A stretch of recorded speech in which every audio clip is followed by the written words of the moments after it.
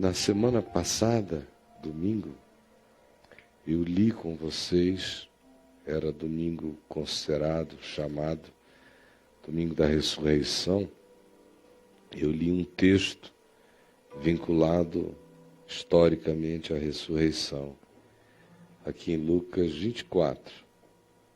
E dei ênfase no verso 19, quando Jesus, sarcástica, irônica e sublimemente, ironizava de quais eram as últimas notícias e lhes perguntava quais. E eles explicaram para Deus o que Deus não sabia, supostamente. Vocês lembram disso? Hoje, eu quero me concentrar exclusivamente no que diz o verso 17, que é, do ponto de vista psicológico, existencial, espiritual, físico, no que diz respeito a psicossomatizações, no que diz respeito à inteligência emocional, no que tange a condução, a autoexpressão, a sabedoria de cada um manifestando-se na vida. Esta questão levantada por Jesus está na base de tudo, no centro de tudo, responde a tudo. Dependendo do que você responda a essa pergunta, eu posso lhe garantir, sem nenhuma profecia mística, mas usando a lógica da lei da vida. A lógica da lei da vida. Eu posso dizer o que vai acontecer com você, em linhas gerais. Não consigo te dizer o que acontecerá em perspectivas tópicas. Mas, em linhas gerais, se você vai se dar bem ou vai se dar mal, se você vai ser uma pessoa bem relacionável ou não, se você vai granjear que tipo de pessoas vão gostar de você e que tipo de pessoas vão desgostar de você, o tipo de jornada que você fará, isso aí ficará bem claro para mim, sem que eu possa lhe dizer detalhes, mas com certeza as generalidades, as universalidades, os traços fundamentais do seu comportamento, da sua vida, do seu futuro e o potencial que você tem para ser profundamente doente ou não, para ser uma pessoa atrativa ou desagradável, desatrativa, potencial que você tem para ser altamente curável ou o potencial que você tem para ser profundamente enfermiço. Isso aí é fácil dizer se você prestar atenção no que pergunta Jesus no verso 17. Só isto. Só a esta pergunta que eu peço que todos prestem atenção hoje. Vamos esquecer Emaús, esquecer a jornada, a viagem, aquilo tudo que eu falei na sexta-feira, sobre a sexta-feira no domingo passado, ficou no domingo passado. Hoje é só essa pergunta. Olhem a pergunta dele. Que é isso que vos preocupa e de que ides tratando à medida em que caminhais? Vocês podem repetir comigo? Lucas 24, 17. Que é isso que vos preocupa e de que ides tratando à medida que caminhais? Mais uma vez. Que é isso que ides tratando e que vos preocupa e de que ides tratando à medida em que caminhais? Desculpem, eu é que fiz tudo errado. Mais uma vez. Que é isso que vos preocupa e de que ides tratando à medida em que caminhais.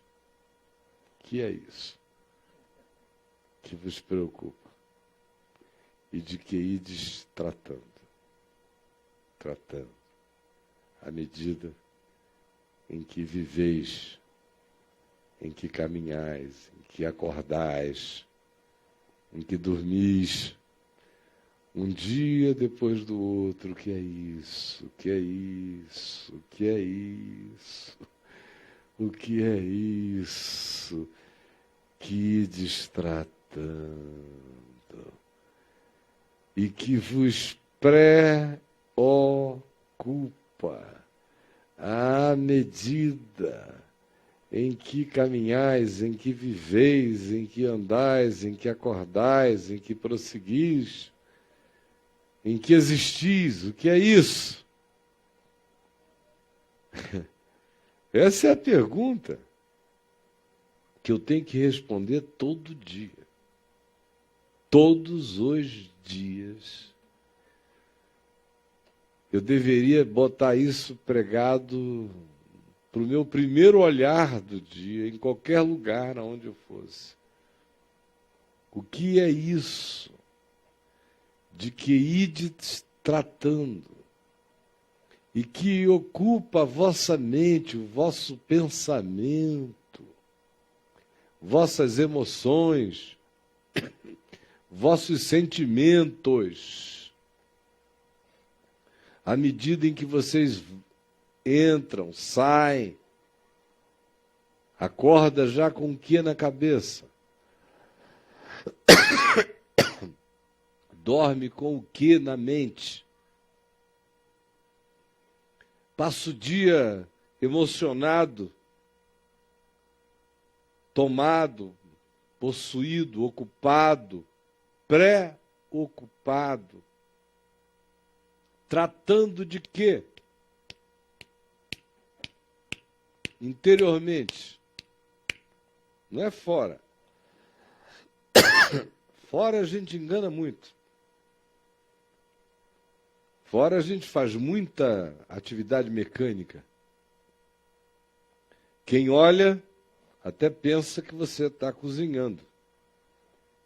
Quem olha pensa que você está escrevendo. Quem olha pensa que você está consultando, que você está clinicando, que você está operando, que você está advogando, que você está resolvendo uma questão burocrática no órgão ao qual você serve, dando sequência a alguma funcionalidade ou dando até uma aula.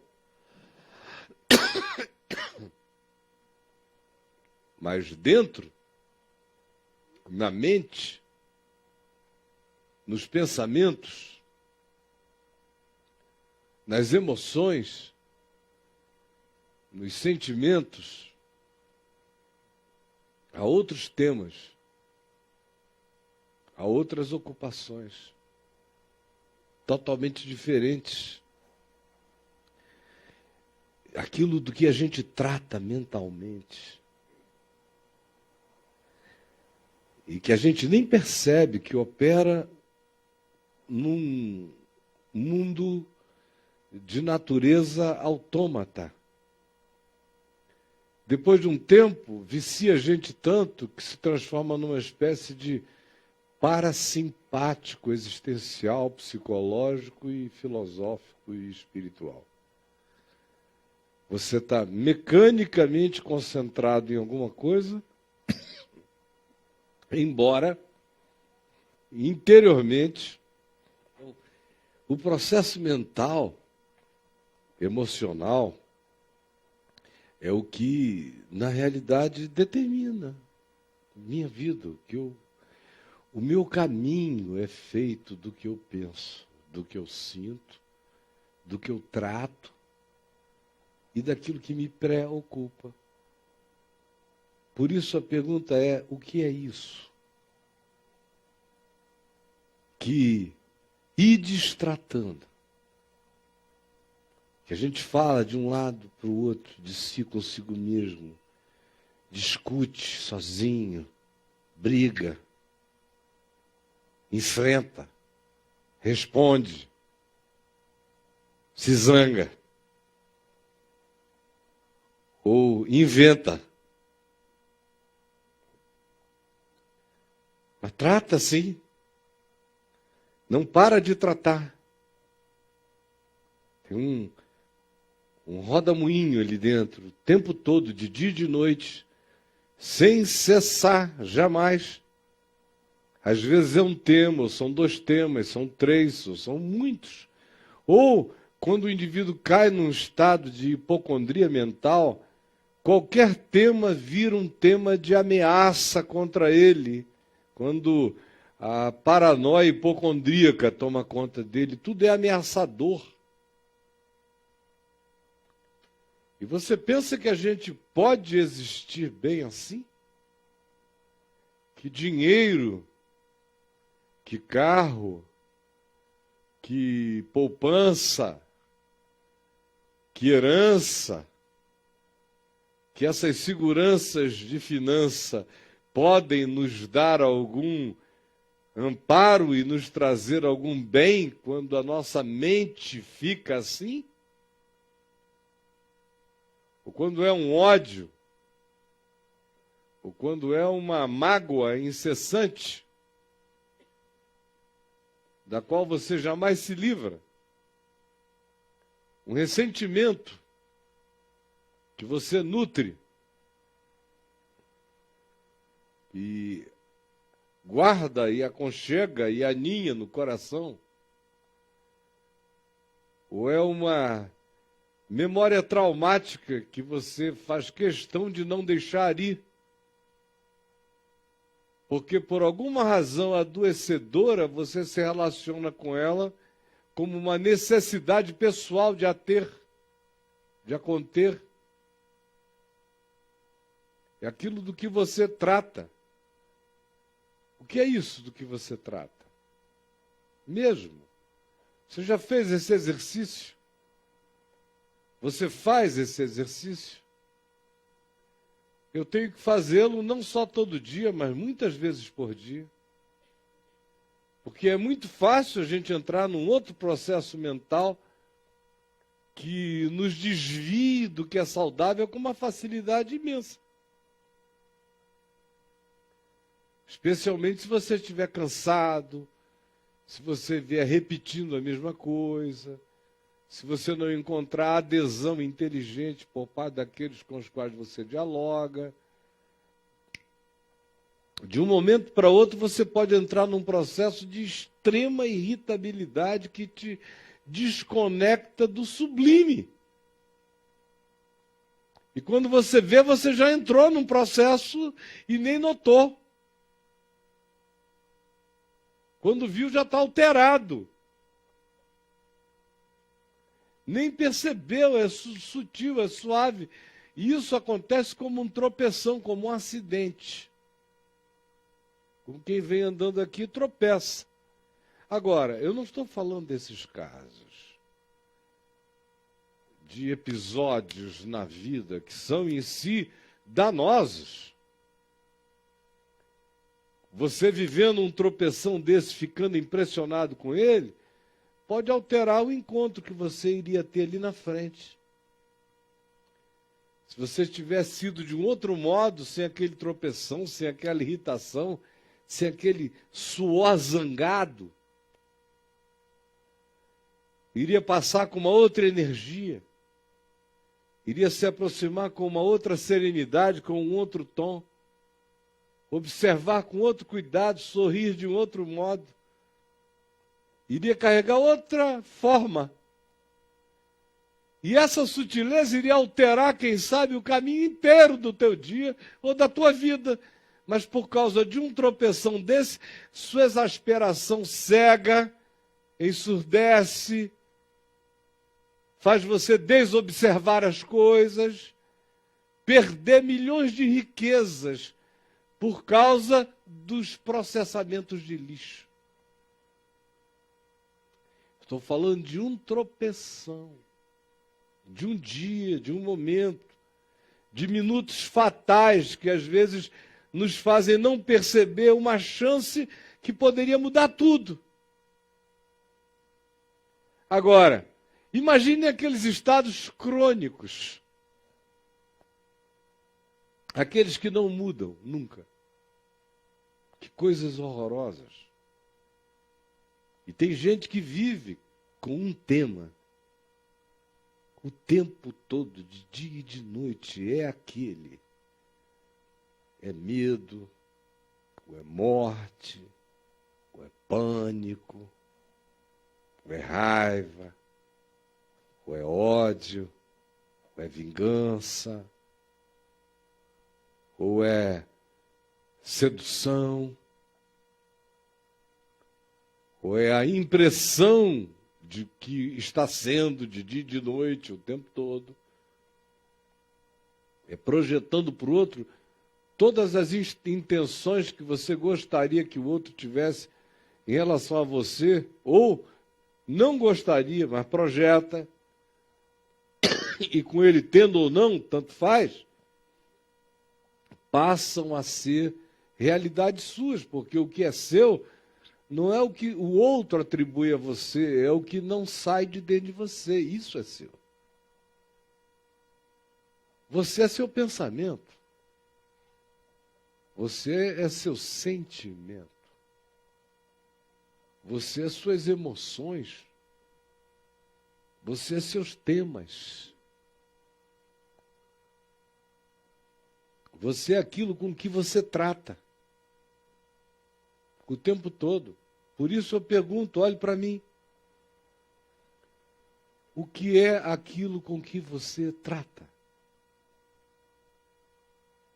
Porque isso pode te salvar ou isso pode te matar. Em geral, a maioria de nós escolhe tratar daquilo que não salva, que só mata. Porque você já viu alguém preocupado de alegria? Já? Já viu alguém preocupado de glória? O que está havendo com você, rapaz? Eu estou com uma preocupação de fé. Isso é extraordinário. A confiança é um problema para mim. Eu fico tão preocupado quando eu fico cheio de confiança. Eu estou preocupado de paz. Eu já encontrei alguns que me confessaram estar preocupados de paz. São neuróticos, paranoicos, que nunca provam paz e um dia provam uma pazinha. Quando eles se dão conta de que estão em paz, entram em pânico. Meu Deus, eu estou em paz. Esse deve ser um mau presságio, algo pior ainda está chegando, porque eu estou em paz. Aquele cara, existe gente assim.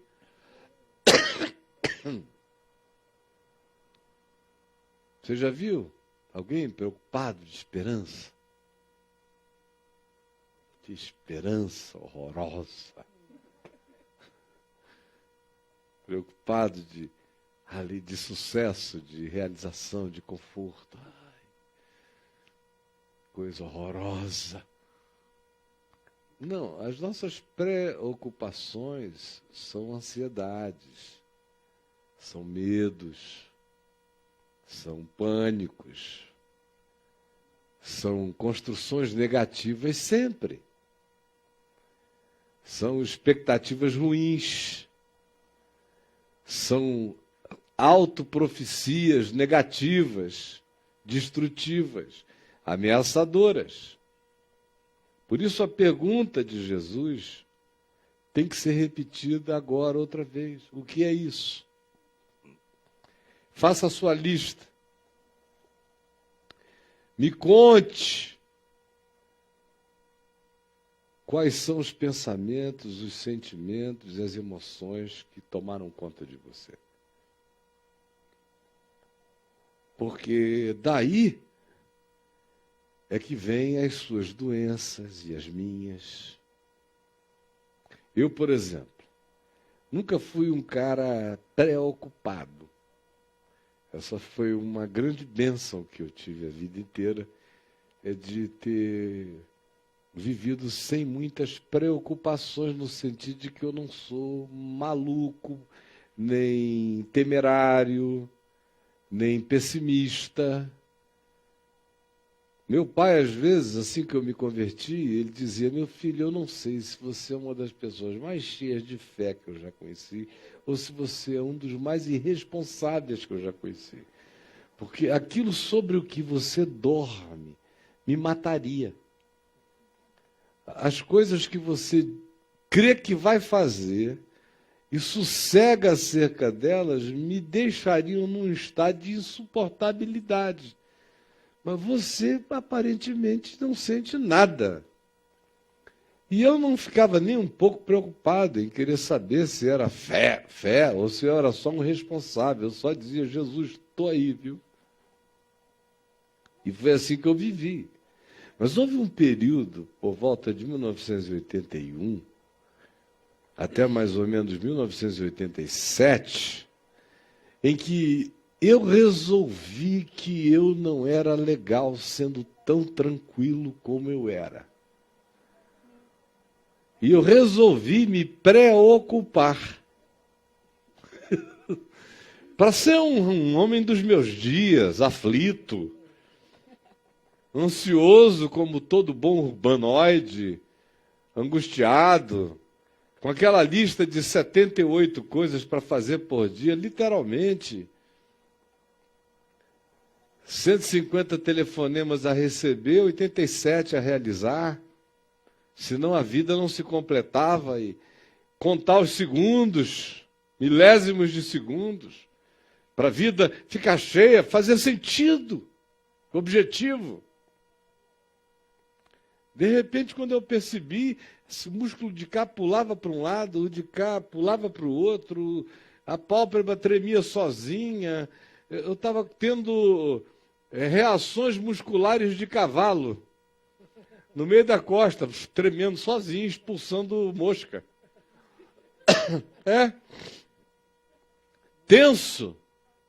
Um cara sem nenhuma vocação para ser tenso entrou numa que tinha que ser para ficar normal.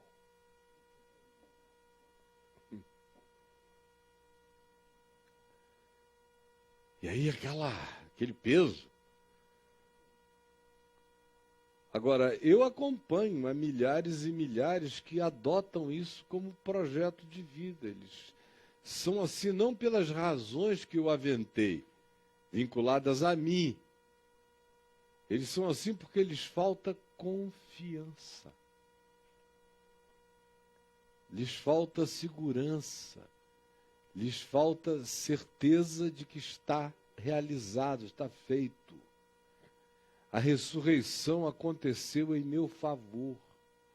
Lhes falta essa certeza. Se eu não tenho essa certeza, se eu não sou um ente escatológico, ou seja, se as últimas coisas já se não me anteciparam, de modo que eu já sou um filho do fim vivendo hoje,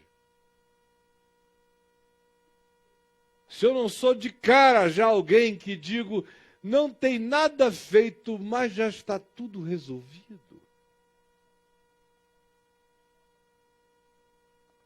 Eu tenho toda a vocação para adoecer de mim mesmo, para fazer mal a mim mesmo e para entortar o meu caminho, desgraçar o meu caminho. À medida em que eu caminho, eu perversifico a minha jornada. Aí eu vou ficar doente do que eu não precisaria. Eu vou perder os relacionamentos que de outra sorte eu não perderia.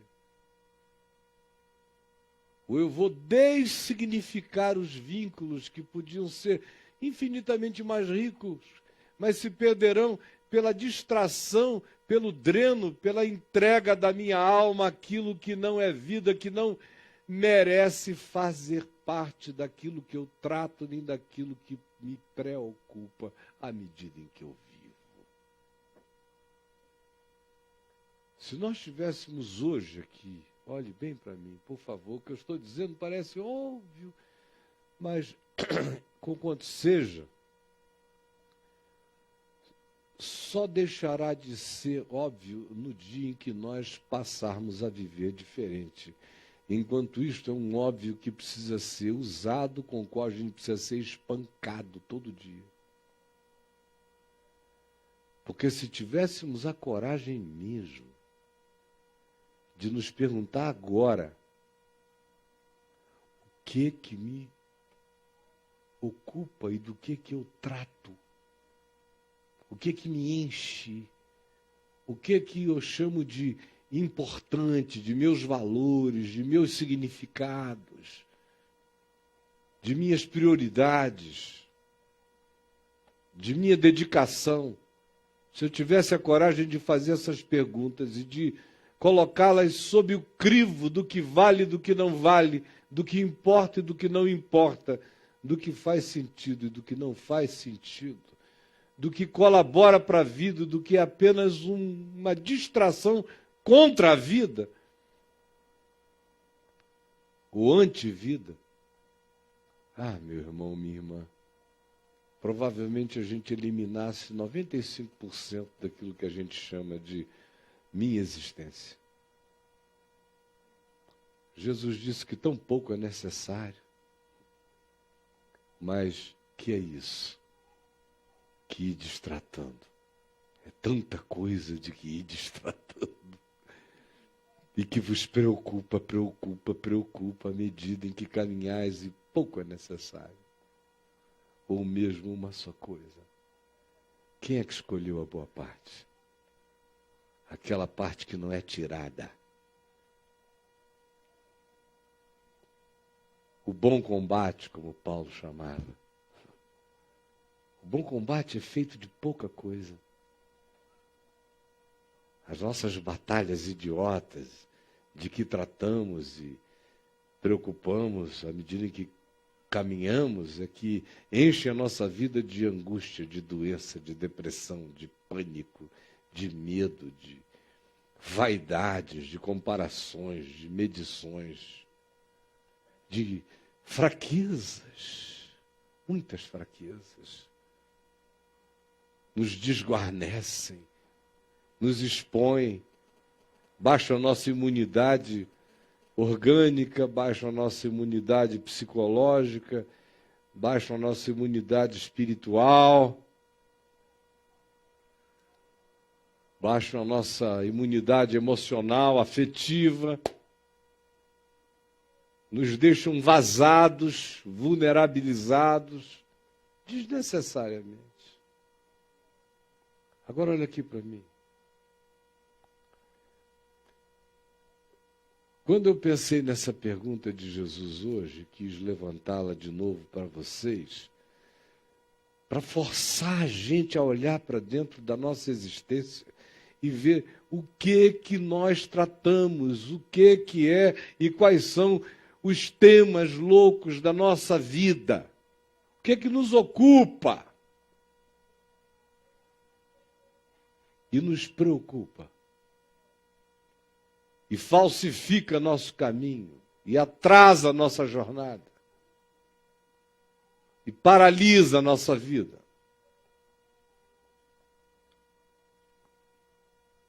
Torna tortuoso aquele que poderia ser um caminho simples para nós. O que é isso? Que a gente trata sem notar, que opera do nosso inconsciente para as ações, emoções, sentimentos e decisões, às vezes até a revelia que a gente toma irrefletidamente. O quê?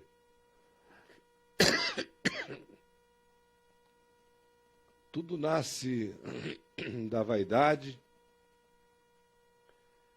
tudo nasce da arrogância, tudo nasce da soberba, tudo nasce do medo da morte, dessa contagem regressiva que a gente se impõe, que é a mãe de todas as ansiedades. De onde vêm as nossas ansiedades? Ora, eu fico ansioso em relação a algo. É porque me parece que algo está sendo esgotado, por isso eu fico ansioso. Eu estou num processo de desperdício, por isso eu fico ansioso. Algo está se exaurindo, por isto eu fico ansioso. Algo está passando, por isso eu fico ansioso.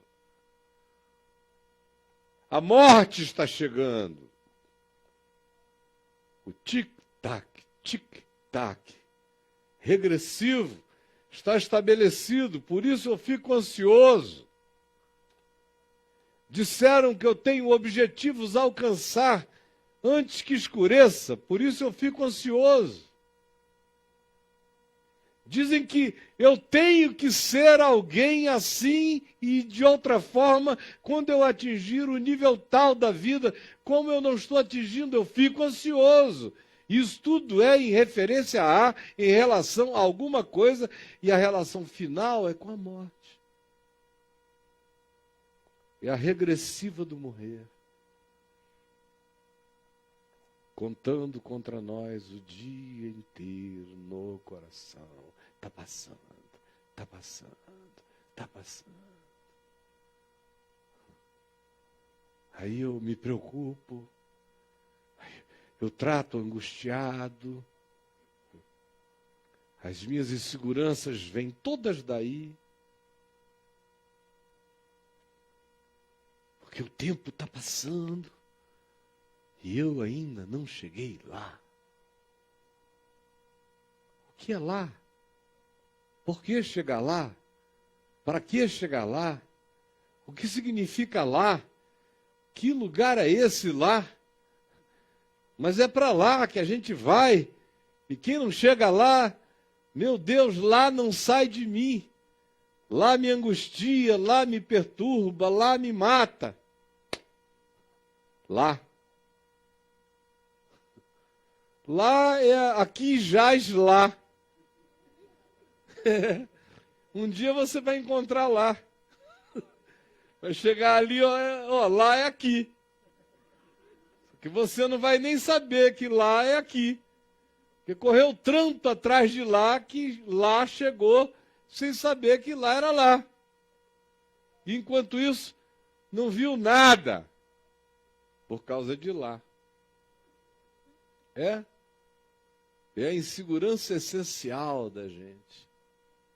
Essa angústia que a gente vai tratando, meu Deus, tratando. Por que você está tratando disso? O que eu tenho que. Quem disse? Quem disse?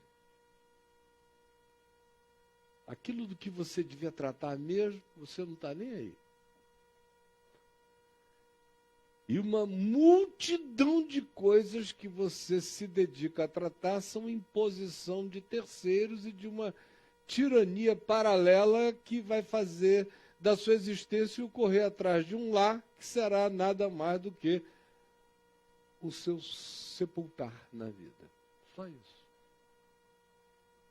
Lá. Que é o que o escritor de Hebreus nos diz. Voltando aqui para vencer a morte e a vitória da ressurreição. Que Jesus veio para destruir aquele que tem o poder da morte. No coração da gente, esse poder de dizer, olha a morte aí, olha a morte aí, olha a morte aí, olha a morte aí, olha a morte aí. Olha o pé de galinha, olha o nariz está crescendo, olha a orelha está pendurando. Olha só, o braço está ficando papudo. Olha como está ficando flácido. Olha a celulite. Olha a barriga. Olha o peito arriado. Olha o cabelo está ficando assim. 50 tons de cinza na cabeça. Olha lá, olha lá, olha lá. Olha, olha, olha, olha, olha. Aquele que tem o poder da morte. Olha, olha. Você está morrendo, você está morrendo, você está morrendo, você está morrendo. Veio para destruir aquele que tem o poder da morte, e pelo poder da morte, tem a capacidade de nos manter escravos em estado de fobia crônica por toda a vida. Fobia da morte. É o que nos alimenta de dia e de noite. É o que determina o que a gente trata. Quanto mais fobia da morte, mais eu sei do que você trata. Quanto mais vencida estiver a morte, mais eu sei do que você trata.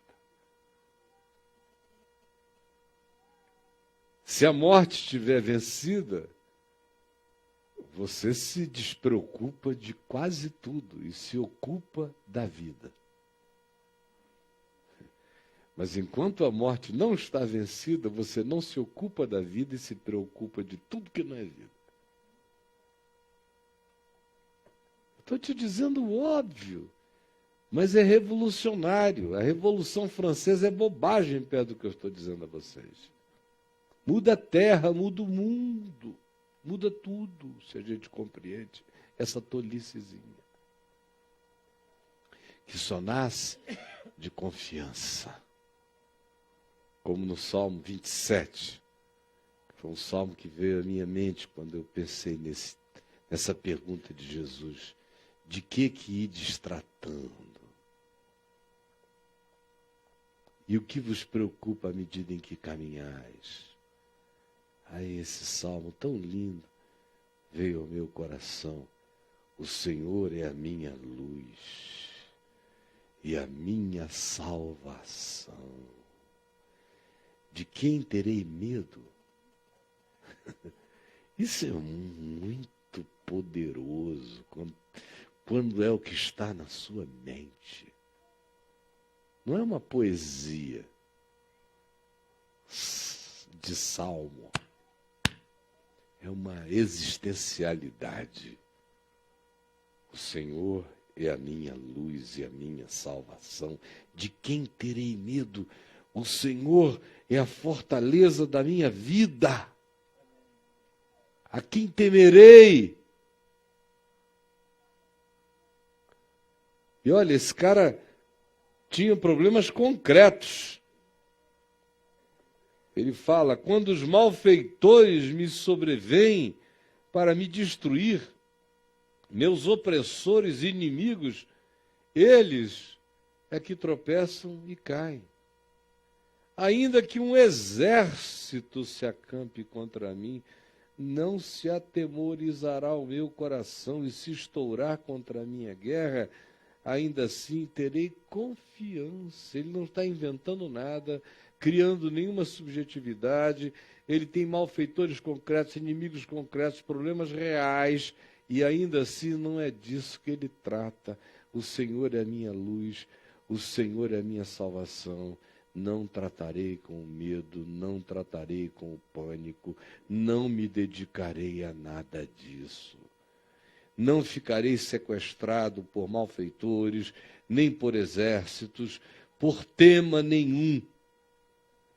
Uma coisa eu peço ao Senhor e a buscarei, que eu possa habitar essa segurança todos os dias da minha vida, ter um olhar que contemple a beleza da graça de Deus, meditar de dia e de noite na segurança desse amparo. Ou como diz Paulo, no equivalente a este salmo em Romanos, no capítulo 8, quando ele diz no verso 26, olha só a pergunta de Jesus: o que é que ides tratando e o que vos preocupa à medida em que caminhais? Paulo diz, o que é se, semelhantemente, o Espírito Santo nos assiste em nossas fraquezas? Porque não sabemos orar como convém, mas o Espírito intercede por nós sobremaneira com gemidos inexprimíveis. E aquele que sonda os corações sabe qual é a mente do Espírito Santo, porque é segundo a vontade de Deus que ele intercede pelos santos. Sabemos. Isso é o que devemos ir tratando. Sem preocupação, ocupados, lotados dessa confiança à medida em que caminhemos, sabemos que todas as coisas cooperam para o bem daqueles que amam a Deus, daqueles que são chamados segundo o seu propósito. Isso é que tem que ocupar minha mente, meu coração. Que diremos, pois? Sabendo que sabemos e podemos confiar nisto, e que é isto que tem que encher minha mente, meu pensamento, meus temas, meus valores, meus sentimentos, minhas interpretações, meus códigos, meus significados, sabendo que é isso, que quem assim vive construiu-se a sua casa existencial sobre uma rocha. Quem assim não vive está erigindo a vida num pantanal. Que diremos, pois, à vista dessas coisas, dessa certeza de cuidados? Se Deus é por nós. Mas isso tem que ser de verdade mesmo. Olha aqui para mim. É de verdade, gente. Se Deus é por nós, quem será contra nós? A menos que Deus não exista, seja só uma balela, um papo furado. Mas se Ele é para mim, quem é que vai ser contra mim? Quem é o maluco? Como diz meu pai, meu filho, eu tenho muita preocupação com esse pessoal que fica assim, querendo roubar aqui a nossa casa. É um perigo, meu filho. Como quando ele morreu, 4 meses antes dele partir, ele estava tomando lá uma papinha da manhã com a minha mãe e o motorista deles. Ela entrevada e ele cego. E tinha um rapaz, o Gildo, que dirigia para ambos. E toda manhã um pastor presbiteriano que mora na frente, ou morava à frente da casa deles, naquele tempo, atravessava a rua e ia lá fazer uma gracinha com o motorista do papai. Eles jogavam bola juntos, eram muito amigos. Aí chegavam lá e se agarravam, não sei o quê, aquela coisa, meio jovens todos eles, ainda meio garotos. E o papai não enxergava nada, está aqui tomando a sopinha dele, a cabecinha bem baixa. Quando ele ouviu aquela zoeira, como a gente diz lá no norte, aquela barulheira, ele falou, eita, que o pastor Rai chegou animado hoje aqui em casa, assim, uns gritos veementes. E o Gildo também está respondendo com uma força brutal. Mas nem levantou a cabeça, continuou tomando ali a sopinha dele, a coisa acontecendo a 1,5 m ou 2 de distância. Aí, de repente, ele ouviu a minha mãe, que não era de fazer nenhuma inflação de palavras, dizer, em nome de Jesus, parem com isto. Aí, quando ele ouviu o tom da minha mãe, ele falou, não, Alacir, não diz isso se a coisa não estiver séria. Aí pegou o óculos dele, botou, conseguiu enxergar com esse cantinho de cá, ele via um pouquinho. Aí ele olhou, quando ele viu, tinham 3 homens altos, fortes, com umas armas automáticas na mão, botando um apontando na direção da minha mãe, 2 na cabeça do motorista dele, que estava com a cabeça na mesa assim. E ele ficou olhando para aquilo, tirou os óculos, se levantou, olhou para os 3, aquele estava baixinho, depois foi ficando velho, foi encolhendo, né? Pequenininho. Olhou para os 3 e disse, ponham-se para fora da minha casa agora. Só que muito mais forte do que isso, que a minha garganta está ruim. Deu aquela falada de saiam da minha casa em nome de Jesus, agora! Porque ninguém entra na minha casa se eu não convidar em paz. Saiam já, agora ponham-se a correr. E os 3 saíram se atropelando porta fora, largaram as armas, caíram no asfalto, foram presos na esquina.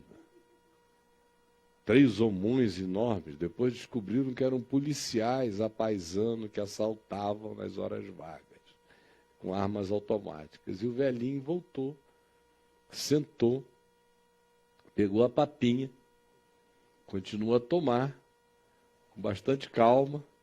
Aí a minha mãe virou para ele, meu velho, você quer um pouquinho de água? Aí ele disse, não, obrigado, eu ainda estou tomando a minha papinha de maisena. Aí, lá vem ela, de qualquer modo, com a água, bebe. Caio, bebe, meu amor. Aí ele, mas para que eu estou tomando a minha papa? Não, é um pouquinho de água com açúcar. Ele, que água com açúcar, minha filha? Eu vou estragar minha papa. Essa água com açúcar, me traz água normal depois. Aí quiseram me ligar aqui, eu morava aqui. 2007, foi em junho de 2007. Me ligar para contarem a história. Ele, não, vai preocupar o Caifás. Ele está cheio de coisas para fazer, coitado. Cabeça ocupada. Ocupá-lo com besteira. Eu sei que lá pelas 7 da noite, uma das minhas irmãs ou sobrinhos me ligou e me contou. Aí eu ligo para ele na mesma hora. Papai, como é que o senhor não me conta o que aconteceu hoje aí, essa coisa? Eu falei, meu filho, tudo bobagem, né? Aliás, meu filho, eu só queria, se eu pudesse conversar com esses rapazes, eu só queria falar 3 coisas. Aí eu perguntei, o que o senhor falaria a eles? Ele falou, a primeira, eu diria, meus filhos, o que vocês viram atrás de mim? Porque quando eu fiquei em pé, eu senti que tinha uma coisa poderosa, uma glória, que tinha, sim, aquela grandeza. E eu sei que eles viram, porque o que eu pude enxergar, eu fui vendo eles ficarem com os olhos, que não foi porque eu fiquei em pé, foi por causa daquele que se levantou comigo. Segunda coisa que eu gostaria de perguntar a eles é, como é que eles têm coragem de correr um risco desse? Os rapazes estão desprotegidos com aquelas armas automáticas. Ficarem entrando na minha casa, meu filho, é um perigo. É um perigo, meu Deus, é cada anjo, é cada milícia. É cada luz. Ai, eu não sei, só gente desmiolada para fazer uma coisa dessa. Mesmo, para querer assaltar minha casa. E eu diria, não façam mais isso, nem na minha, nem da de ninguém que carrega esse espírito que me habita. E a terceira coisa que eu diria é, por que vocês não saíram com mais calma? Quem sabe vocês não estivessem presos agora. E ele não estava de brincadeira. Todo mundo que o conheceu a vida inteira sabe que foi assim que ele viveu mesmo. Do que ides tratando? E o que é isso que vos preocupa à medida em que caminhais? Se Deus é por nós, quem será contra nós? Aquele que não poupou seu próprio filho, antes por todos nós o entregou, porventura não nos dará graciosamente com ele todas as coisas? É porque a nossa mente não confia.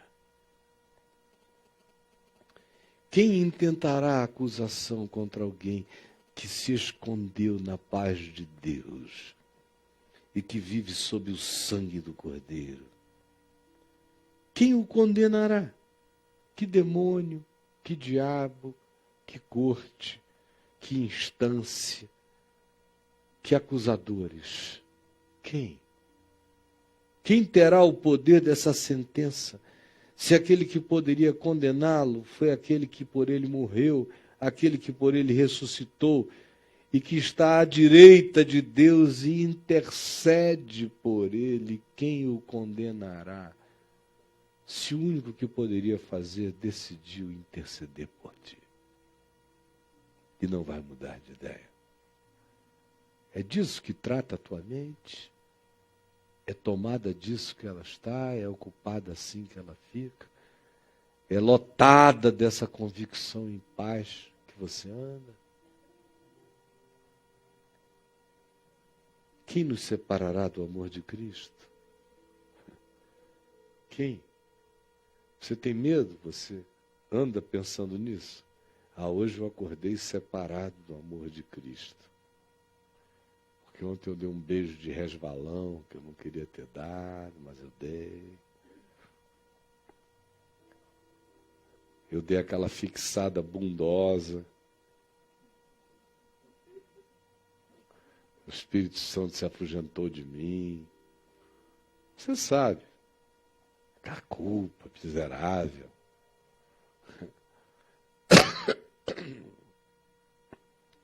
O que te separa do amor de Cristo, psicologicamente?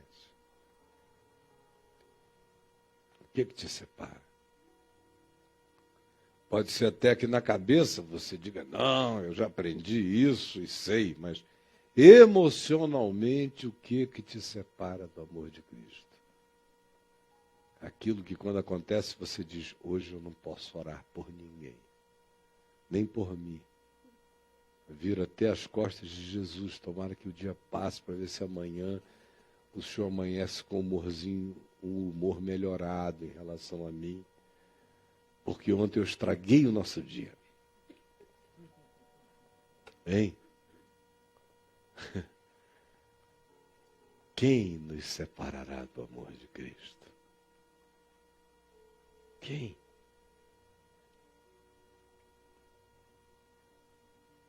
Será tribulação ou angústia? Tem gente que acha que porque está angustiado, está separado do amor de Cristo. Quanto mais angustiado eu esteja, mais o amor de Cristo eu quero. Não é a angústia que me separa.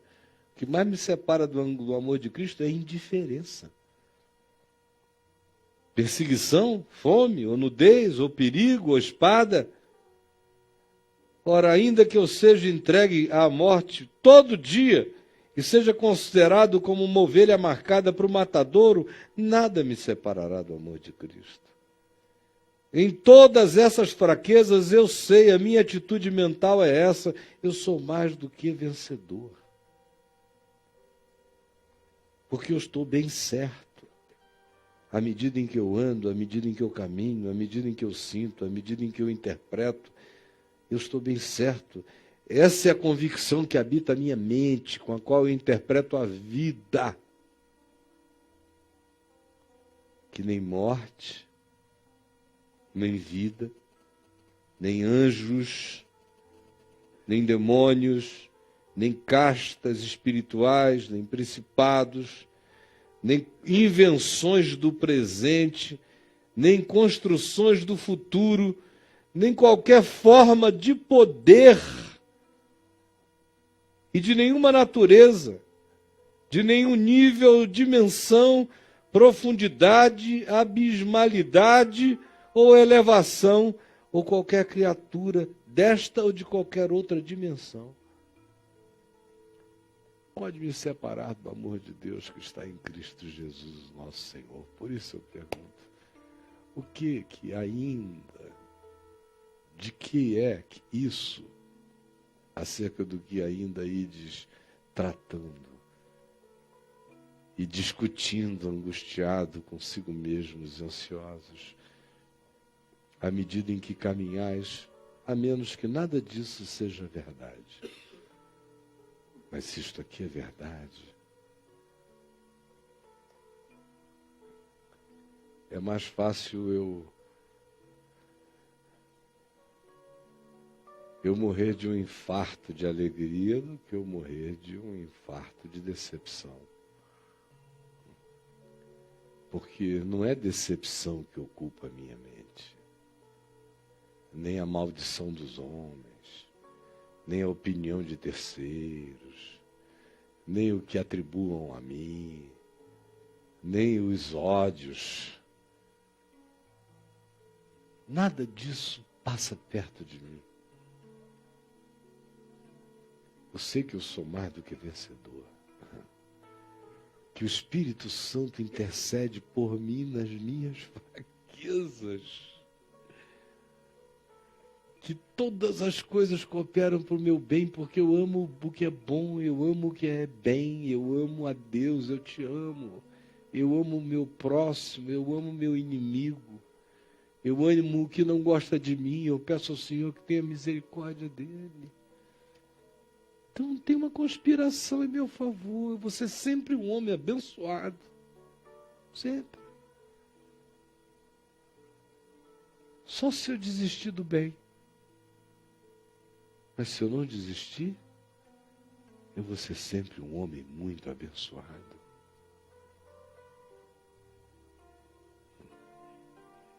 E se eu morrer sentindo muita dor, saiba, é um homem abençoado sentindo muita dor. Abençoado. Eu estou encurralado na bênção de Deus. Já estou glorificado, assentado nos lugares celestiais em Cristo Jesus. Por que eu vou ocupar minha mente com a mediocridade da terra? Com a perversidade humana? Por que eu vou ficar refém, sequestrado por essas coisas? Não vou, não. Tribulação não me destrói. Espada não me mata. A morte já morreu para mim. No futuro nada vai me ser uma surpresa, eu estou guardado. Ele é a minha luz, Ele é a minha salvação. Eu não temerei. Ainda que um exército se acampe contra mim, meu coração ficará firme nele, porque Ele é Deus. Nenhuma criatura tem poder de se interpor, nem entre os homens, nem entre os anjos, nem entre os demônios, nem em qualquer dimensão. Não tem ninguém com poder de ficar entre mim e Cristo. Então, o que eu vou deixar ocupar a minha mente e me preocupar? O quê? Que eu vou permitir entortar meu caminho, minha vereda, fazer de mim um serzinho do ocaso, da angústia, do pânico. O que e por quê? Não. Eu digo não. E em nome de Jesus, diga não. Porque a ironia divina é essa. Quais? Que assunto é esse? Para com isso. Vê se você me acha morto. Se você conseguir me achar morto, então você tem razão para ficar preocupado. Mas se você não conseguir me achar morto, para de besteira. Vamos ficar em pé.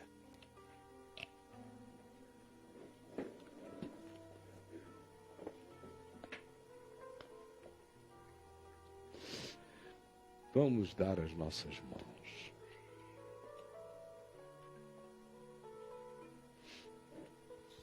Todos nós, daqui até atrás, lá no fundo. E se você está em casa, junto à sua mulher, filhos, amigos, tem gente que se reúne em auditórios, em salões, alguns até em teatros, com telões, e participam desse momento. Em volta do planeta todo tem milhares de pessoas com a gente agora, infinitamente mais do que a gente pode imaginar. Milhares mesmo. Jesus, muito obrigado, porque a tua palavra está chegando em todos os lugares, que coisa linda, suave, bonita, simples, singela e poderosa. E como vai mudando a mente, o coração, como vai fazendo a gente enxergar aquilo que não é caminho, aquilo que é vereda de morte, que parece ser algo digno de ser tratado, e não é para ser tratado, é para ser esquecido, é para ser perdoado, é para ser vencido, é para ser objeto de entrega a ti e pronto, ou é para ser abandonado. Não é para ser esmiuçado, não é para ser carregado, não é para ficar fixado na mente, não é para nos preocupar.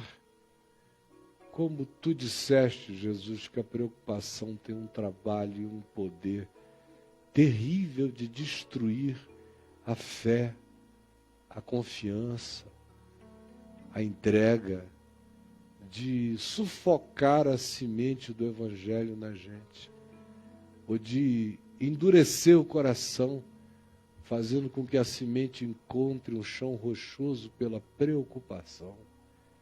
Senhor, que essa palavra tão óbvia e tão verdadeira, tão simples e tão curadora, tenha sido entendida, acolhida, recebida, e que a decisão seja aquela de confiar,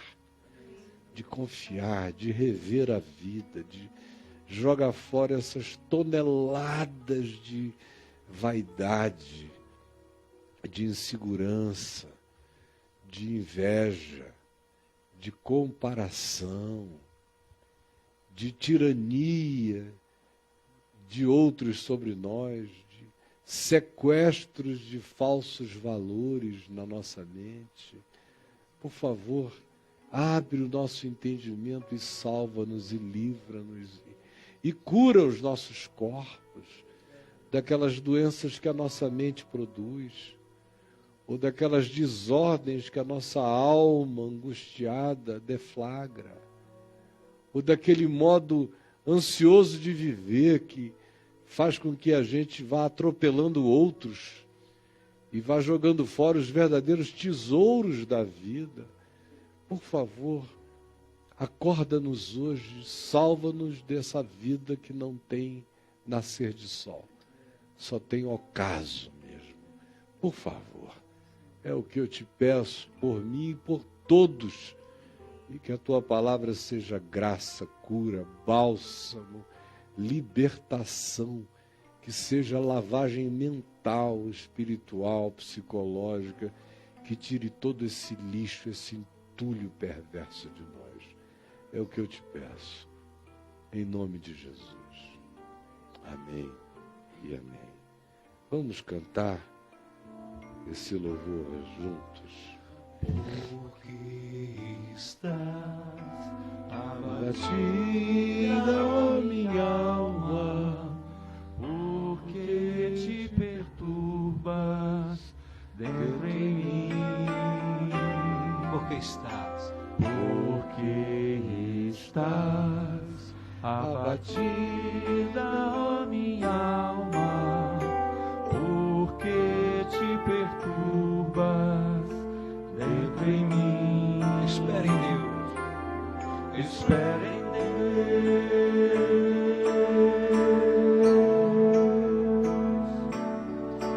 pois ainda o louvarei.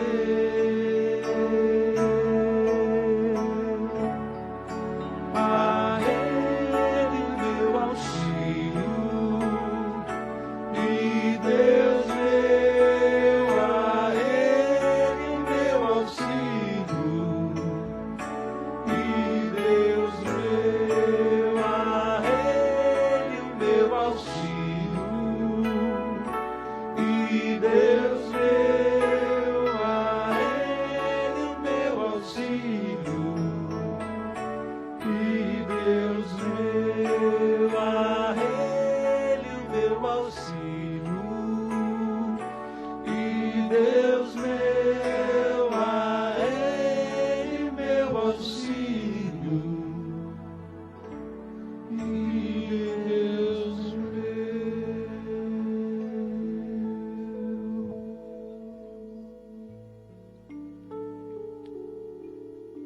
Quem nos separará do amor de Cristo? Senhor, nós vamos seguir pensando diferente, sentindo diferente, decidindo diferente, com novos códigos de pensamento, de interpretação e com uma nova vigilância, para que a gente pense no que está pensando, para que a gente preste atenção na gente, nos nossos pensamentos, nos nossos sentimentos e nas nossas dedicações afetivas adoecidas. quanta coisa ocupa nossa mente indevidamente. Nós vamos nos encher de confiança, de gratidão e de louvor.